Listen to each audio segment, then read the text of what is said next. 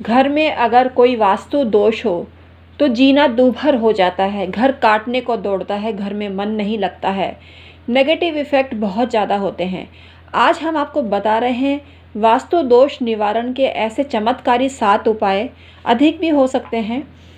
इनसे आपको ज़बरदस्त लाभ होगा। अगर आप वास्तु दोष से पीड़ित हैं, आपके घर में वास्तु का नक्शा सही नहीं बना हुआ है, दक्षिण की दीवार छोटी है, उत्तर की दीवार बड़ी है, साउथ वेस्ट हल्का है, ईशान भारी है, तो ये महादोष की श्रेणी में आते हैं। ईशान में टॉयलेट है या ईशान में रसोई है तो पेचीदगियाँ बहुत ज़्यादा हो जाती हैं। तो आज वास्तु दोष दूर करने का प्रयास करेंगे अपने ज्ञान के माध्यम से। हम हैं एस्ट्रोलॉजर और वास्तु कंसल्टेंट डॉक्टर उमाश्री। हमें 25 साल का वास्तु का अनुभव है, 25 साल का एस्ट्रोलॉजी का अनुभव है और 25 साल का ही पामिस्ट्री का अनुभव है। हमारे इस ज्ञान का लाभ लेने के लिए डिस्क्रिप्शन में ईमेल आईडी के ज़रिए संपर्क कर सकते हैं। आइए आज का वीडियो शुरू करते हैं। व्यूवर सब्सक्राइबर, आप यूं ही खुशहाल ज़िंदगी बसर करते रहें, इसी ब्लेसिंग्स के साथ आज का वीडियो शुरू करते हैं। अगर जानकारी पसंद आए तो लाइक करें, शेयर करके पुण्य लाभ कमाएं और कमेंट सेक्शन में वास्तु देवता की जय के साथ जय जयकार करें और ओम नमः शिवाय और जय माता दी अवश्य प्रेषित करें। वास्तुशास्त्र एक विज्ञान है और वैज्ञानिक तरीके से ही वास्तु दोष का निवारण करना चाहिए।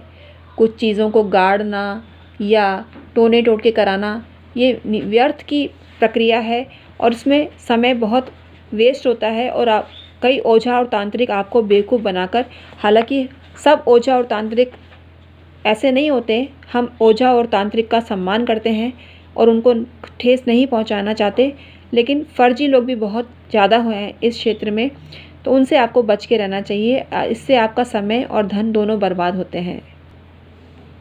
मनुष्य की आवश्यकता रोटी, कपड़ा और मकान है और इसको अगर सही ढंग से बोला जाए तो ये वास्तु की श्रेणी में आता है।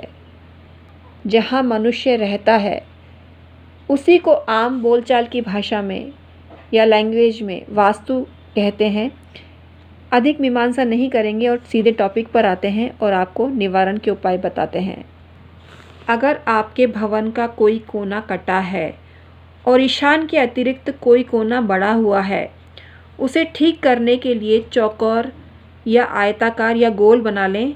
यदि ऐसा करना असंभव हो तो कटे हुए हिस्से में गमले में तुलसी, मनी प्लांट या कोई शुभ पौधा लगा दें। इससे वास्तु दोष का निवारण हो जाता है। यदि घर का सामान असमान बनावट वाला हो तो घर की छत के चारों तरफ किसी मांगलिक काम में आई हुई मौली या 7 रंग का धागा बांध दें। इसका निवारण हो जाएगा। घर में तीर्थ स्थल की पहाड़ी के 4 छोटे पत्थर लाकर घर के 4 कोनों में स्थापित कर लें। आपका समस्त वास्तु दोष दूर हो जाएगा। वैसे गाय माता की सेवा करने से समस्त प्रकार के वास्तु दोष स्वतः ही दूर हो जाते हैं। गाय को गुड़ और रोटी देना चालू कर दीजिए, इससे आपके सब काम बनने लगेंगे, भले ही घर में कितना वास्तु दोष क्यों ना हो। इंटीरियर में भगवान के चित्र इधर उधर ना लगाएं। ईशान कोण में ही भगवान की तस्वीर रखें, मूर्तियां रखें और मूर्ति अधिक भारी ना हो, इसका ध्यान रखें। कई लोग मंदिर बहुत बड़ा बना लेते हैं और ईशान कोण को भारी कर देते हैं। ये स्वयं अपने आप में बहुत बड़ा वास्तु दोष होता है। तो मंदिर हल्का लेवें और सामान्य आकार का लेवें, इससे आपको लाभ होता है और ईशान भारी भी नहीं होता है। वैसे आपको दक्षिण पश्चिम में भारी और पूर्व उत्तर में हल्का सामान रखना चाहिए, इससे वास्तु दोष संतुलित होता है।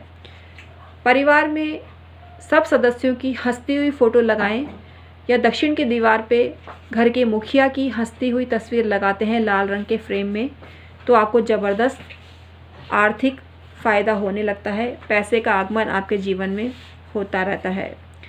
पूजा घर में राम दरबार का चित्र अवश्य ही रखना चाहिए। घर के ड्राइंग रूम में नेचुरल सीनरी लगाएं तो इससे भी आपको वास्तु दोष निवारण में अच्छी बेनिफिट होने लगती है। घर में पूजा रूम अलग से बनाएं और घर का मुखिया ईशान में खड़ा होकर सूर्यदेव को जल चढ़ाए, पूर्व दिशा में सूर्यदेव को जल चढ़ाता है डेली, तो सभी वास्तु दोष दूर होते हैं। अगर आप पूजा स्थान के जल को, पवित्र जल को सब जगह छिड़काव करते हैं तो वास्तु दोष दूर होते हैं। गाय को गुड़ रोटी खिलाना और तुलसी के पत्ते का सेवन करना परिवार में उन्नति प्रदायक होता है और धन का आगमन आपके जीवन में होता है। तुलसी के गमले में काला धतूरा साथ में लगाएं तो वास्तु दोष निवारण होता है। सफ़ेद आंकड़ा अपने घर में बाहर की तरफ लगाएं, इससे समस्त शत्रु बाधा समाप्त होती है, तांत्रिक क्रिया निष्फल होती है। घर में अगर मनी प्लांट लगाया है तो अग्नि कोण में लगाइए। अग्नि कोण की दिशा शुक्र की होती है और आपको लाभ देती है। कभी भी घर में मनी प्लांट के जले हुए पत्ते, सूखे पत्ते वाला मनी प्लांट नहीं लगाना चाहिए।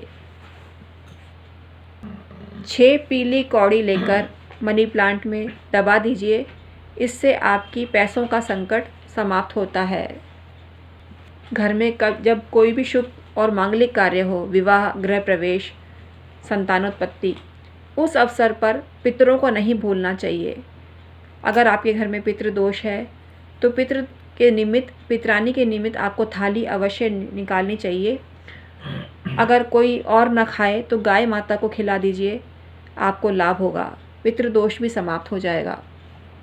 अमावस्या और शनिवार के दिन पूरे घर की ऐसी सफाई करें जैसे दिवाली पर होती है। ऐसा करने मात्र से ही आप देखेंगे आपकी तरक्की चालू हो गई है।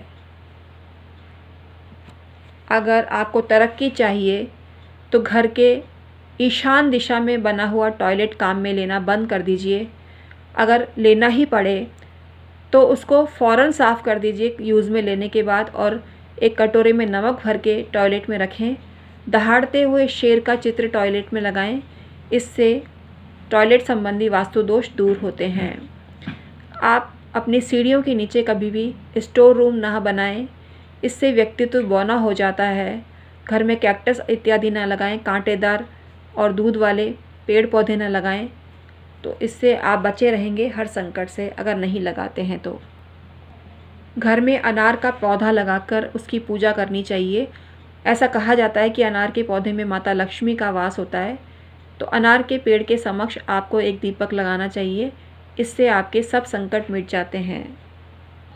घर में जहाँ मटका रखते हैं उस स्थान को शुद्ध और साफ रखना चाहिए। कभी भी जल ऊपर से नहीं पीना चाहिए। बिना हाथ धोए घड़े को हाथ नहीं लगाना चाहिए। परिंड को अशुद्ध नहीं करना चाहिए। रसोई में खड़े होकर हमेशा अन्नपूर्णा माता को नमस्कार करना चाहिए। पितरानी को नमस्कार करना चाहिए। ऐसे घर में बरकत बनी रहती है। अगर आप घर में तिजोरी में साबुत धनिया रखते हैं लाल कपड़े में बांधकर, इससे आपका घर कभी धन से खाली नहीं होता है। घर के मुख्य द्वार पर मांगलिक चिन्ह बनाएं। मैंने एक वीडियो इस पे बना रखा है, उस वीडियो को आप देख सकते हैं।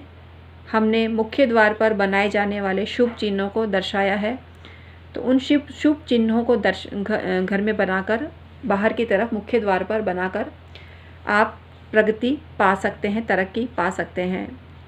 घर में जूते चप्पल तितर बितर अवस्था में नहीं होने चाहिए, जमे हुए होने चाहिए और यथास्थान रखने चाहिए। बाहर के जूते अंदर नहीं घर में लाने चाहिए और घर के जूते पहनकर या चप्पल पहनकर बाहर नहीं जाना चाहिए। दोनों की व्यवस्था अलग अलग करनी चाहिए, इससे शुद्धता बनी रहती है। आप कहीं बाहर से कोई भी काम करके आएँ, पहले पैर धोएं। जैसे पुराने ज़माने में फिल्मों में लोग हाथ पैर धोते थे घर में आकर, उसी को आपको फॉलो करना है। और हाथ पैर अवश्य धोने चाहिए कहीं से भी आप जाके आए हैं, इससे आपकी शुद्धता बनी रहती है और स्वास्थ्य की दृष्टि से भी ये बेनिफिट वाला काम होता है। घर की स्त्री का कभी निरादर ना करें, बेटियों का कभी अपमान ना करें। बेटियों को तवज्जो दें, उनके पैर छू के आशीर्वाद लेवें, तो घर में किसी चीज़ की कमी नहीं होती है और आपके घर में आर्थिक संकट कभी नहीं आता है, बरकत आपकी बनी हुई रहती है। तो आज हमने आपको बताए ऐसे उपाय जो वास्तु की दृष्टि से उपयोगी थे। ये उपाय आपको कैसे लगे हमें कमेंट करके अवश्य बताना। हम हैं एस्ट्रोलॉजर और वास्तु कंसल्टेंट डॉक्टर उमा श्री। ऐसे ही वीडियो लाते हैं और लाते रहेंगे आपके लिए।